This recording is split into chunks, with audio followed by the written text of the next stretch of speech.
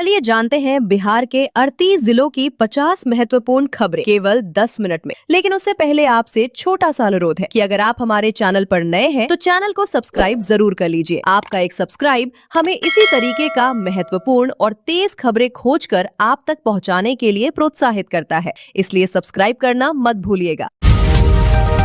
बिहार के पाटलिपुत्र स्टेशन पर बवाल, पुलिस फायरिंग नहीं करती तो लगा देते आग। आईजी ने कहा ये छात्र नहीं हो सकते। पटना जंक्शन के पास हादसा, दरभंगा एयरपोर्ट कर्मी ने ट्रेन के आगे कूद कर दी जान। बिहार में 25 लाख घरों का घर सौर ऊर्जा से होगा रोशन, सीएम सम्राट ने दिया 2 साल का लक्ष्य। बिहार के नए 211 कॉलेजों के प्रिंसिपलों को झटका, ट्रांसफर पर लगी रोक। आखिरी परीक्षा थी भैया, उम्र निकल गई। पाटलिपुत्र स्टेशन में बरसे पत्थरों ने तोड़ दिया सिपाही बनने का सपना। 3 दिन तक फोन किया, न कॉल उठाई। मंत्री मदन सहनी का डीजीपी विनय कुमार पर बड़ा हमला। ऋषिश्री से लेन देन के आरोपों को आईएएस संजीव हंस ने नकारा, एसवीयू की एफआईआर पर जताई आपत्ति।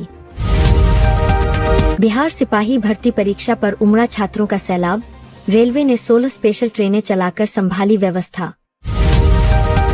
बिहार में छात्रों के हंगामे से थम गई रेल की रफ्तार, पाटलिपुत्र जंक्शन पर 11 घंटे तक लेट पहुंची ट्रेनें। जन सुराज ने बिहार टेंडर घोटाले की न्यायिक जांच की मांग उठाई, राष्ट्रपति, पीएम और सीएम को लिखा लेटर। बिहार के पर्यटन स्थलों की सैर अब होगी आसान, सम्राट सरकार देगी हेलीकॉप्टर सेवा पर छूट। बिहार में मकान का नक्शा पास कराना होगा आसान, सेल्फ सर्टिफिकेशन से मिलेगी तुरंत मंजूरी। सम्राट सरकार का फैसला, बिहार में अब सभी प्रखंडों में लगेंगे जन कल्याण शिविर, समस्याओं का होगा निपटारा। शिक्षा योजनाओं की जमीनी हकीकत परखने बिहार आ रही केंद्र की टीम, बजट पर होगी चर्चा। फुलवारी शरीफ और परसा में 2 युवकों की मौत, जांच में जुटी पुलिस।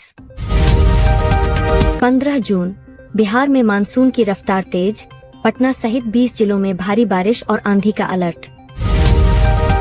सीएम सम्राट चौधरी ने किसान जागरूकता वाहनों को दिखाई हरी झंडी, खरीफ महाअभियान 2026 शुरू। मोदी सरकार का 12 साल का कार्यकाल, विनाशकाल, कांग्रेस का तीखा हमला, नोटबंदी, पेपर लीक का भी जिक्र। एक भाई जेल में बंद है, दूसरे की हत्या, रोशन आनंद के भाई की मौत पर भड़के सांसद पप्पू यादव। बांग्लादेशी नागरिक गिरफ्तार, नेपाल के रास्ते अवैध रूप से भारत में घुसने की कर रहा था कोशिश। जोरहाट क्रैश में शहीद अग्निवीर दानिश को दी गई अंतिम विदाई, रो पड़ा पूरा गांव। नारियल पानी लेने गई 13 वर्षीय नाबालिग से सामूहिक दुष्कर्म, परिजनों का थाने में हंगामा।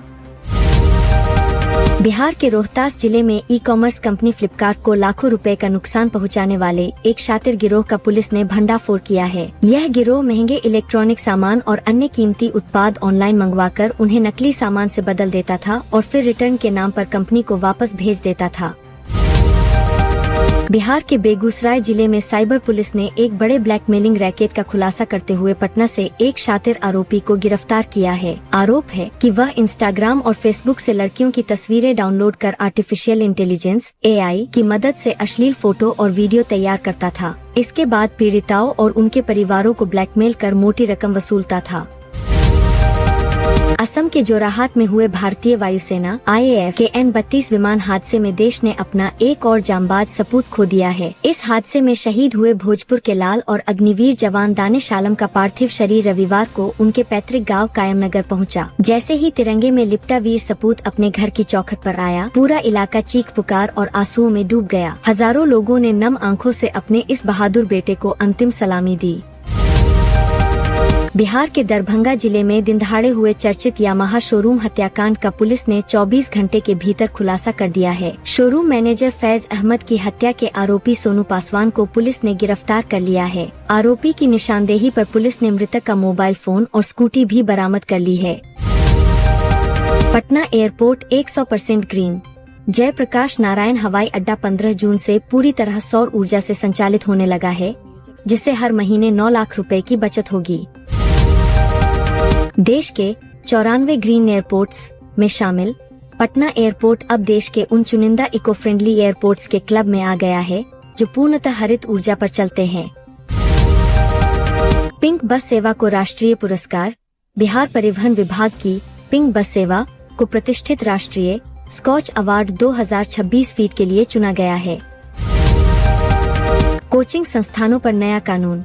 बिहार सरकार कोचिंग संस्थान विधेयक 2026 फीट लाने की तैयारी में है, जिसके तहत भ्रामक विज्ञापनों और चयन की 100% गारंटी देने पर रोक लगेगी। 10 निजी स्कूलों पर गाज। सीतामढ़ी के परिहार प्रखंड में मान्यता समाप्त होने के बावजूद चल रहे 10 प्राइवेट स्कूलों से 15 जून तक रिपोर्ट तलब की गई है। विक्रमशिला पुल से हटेगी बैरिकेडिंग।